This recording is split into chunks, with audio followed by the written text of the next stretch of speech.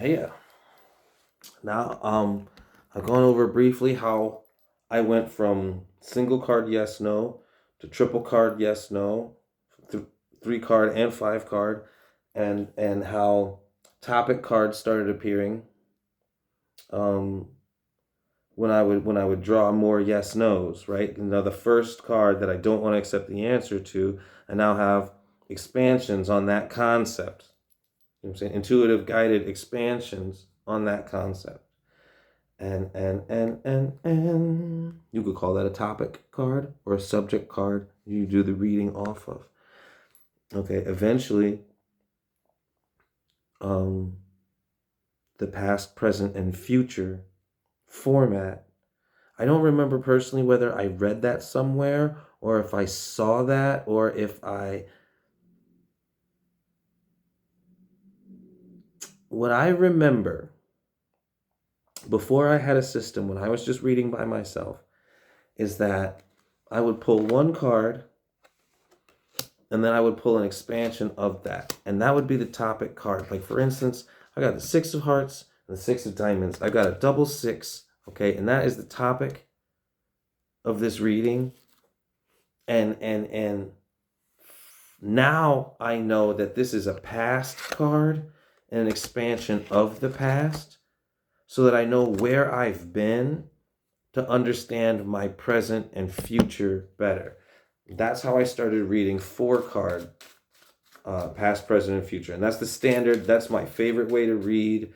That's what I was intuitively guided to learn how to do. What I've been reverse engineering here on the internet with the blog spot is, and also the reason why I wasn't very forthcoming of the fact that I could perform these particular tasks or do these readings is because they were unusual. And I never saw anybody else pulling a 4 card cartomancy, but it's no different from a 6 card.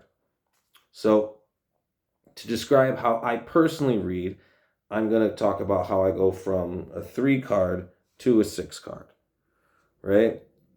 And I think it's very specific because once you have the topic, once I have these are already part of the reason. I can shuffle for 3 days and come back and it's still this reading. Okay? And I think that's important. How you shuffle, when you shuffle, and what you draw in the rules that you have with your deck, I think those are very important things. I'm not going to let that read sit for 2 or 3 days. We're going to finish it right now. But here's our present: collaboration and fiscal resources.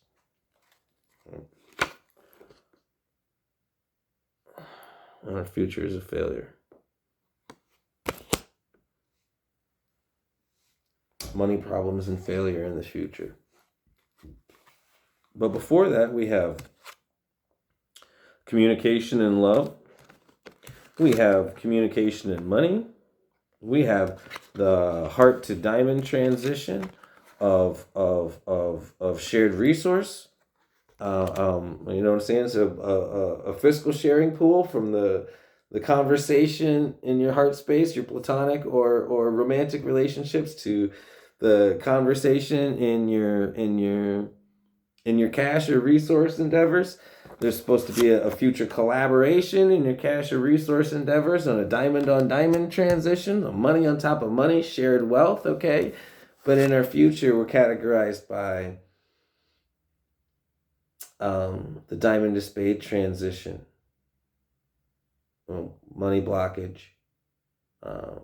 spending problems, a slow to your roll. Then you have a failure in the suit of spades in your extreme. So it for me, when spades show up in this nature, they denote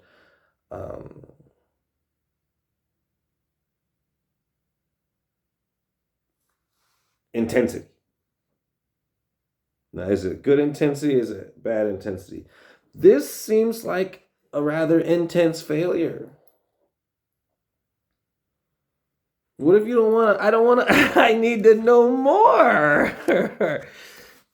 Now my 4 card reading turns into a 6. Because I could draw a 5, but I would have started off with that. No, whoa, okay. All right, there's a mastery of action that happens in my heart space. So a work of love, a labor of love, uh,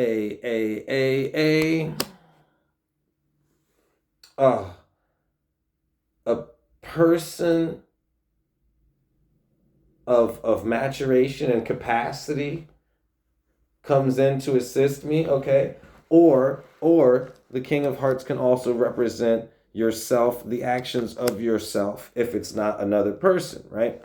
The Spade to Hearts transition typically denotes, I believe, a physical or an emotional healing.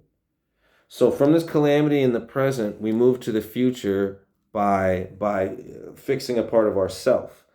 You know what I'm saying? That can be the masterful action that you take in your heart space.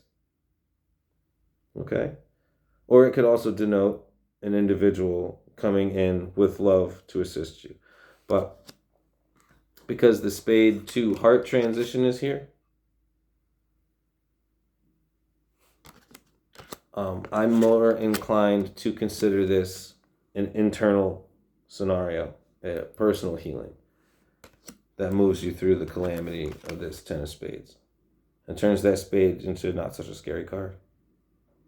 In the future, with the present position in this reading, the past position in this reading, so we came from where we are, and the sixth card is the pair of where we're going. Okay. That's the Jack and the King of Hearts. I love how it says power in music as a musician. But it's the Outcast deck, the Stankonia deck. Okay. A little Christmas gift, all right. Very beautiful. I'm going to tag the mess out of them too. Okay. Says thank you for creating such a fantastic piece of work.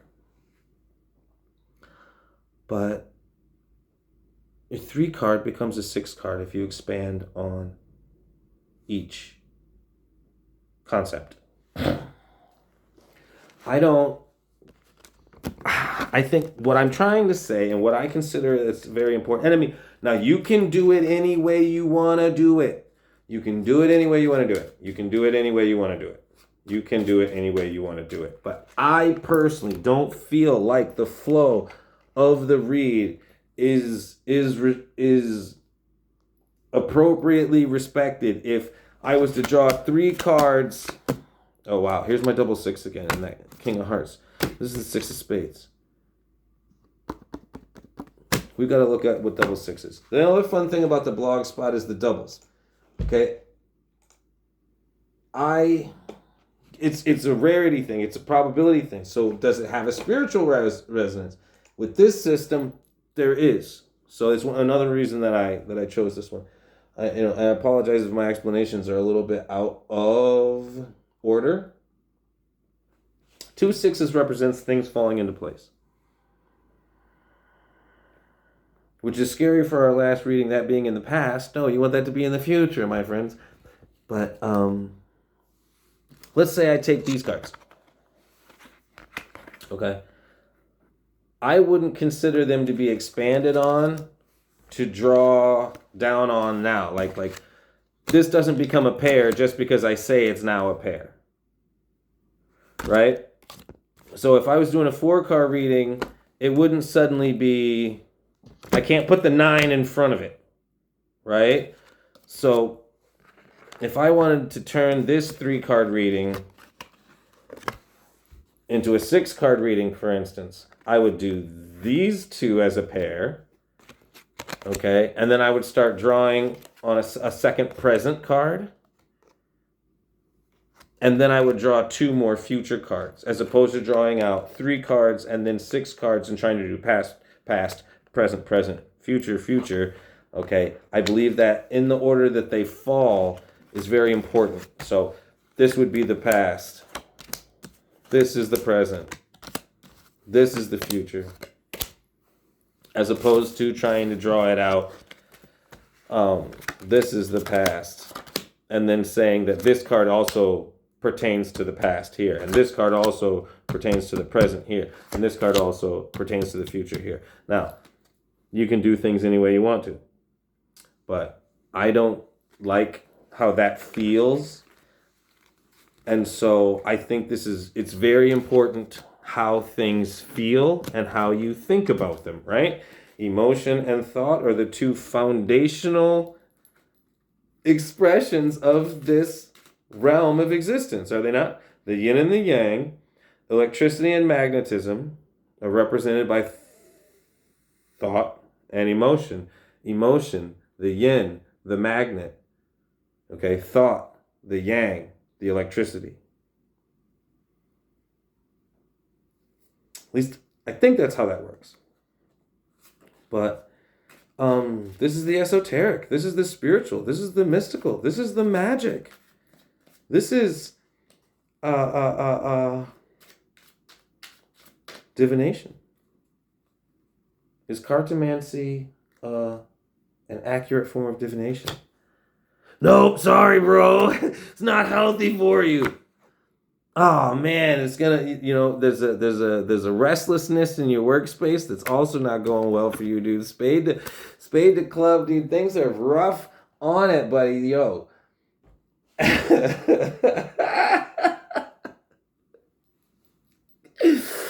No, actively working through problems with an action in your labor field, okay? Is it a good idea? No, but we're working on it. Okay? 2-card reading.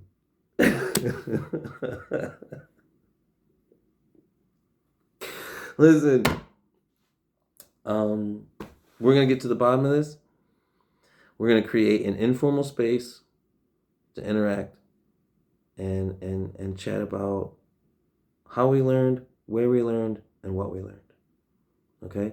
The subreddit, our Cartomancy, the Patreon, the Mosh Pit Monk Eternal, join the Aviator Collective or the Rumble Collective as you see fit. And I study from the Blogspot. And I will link them all below. Talk to you soon.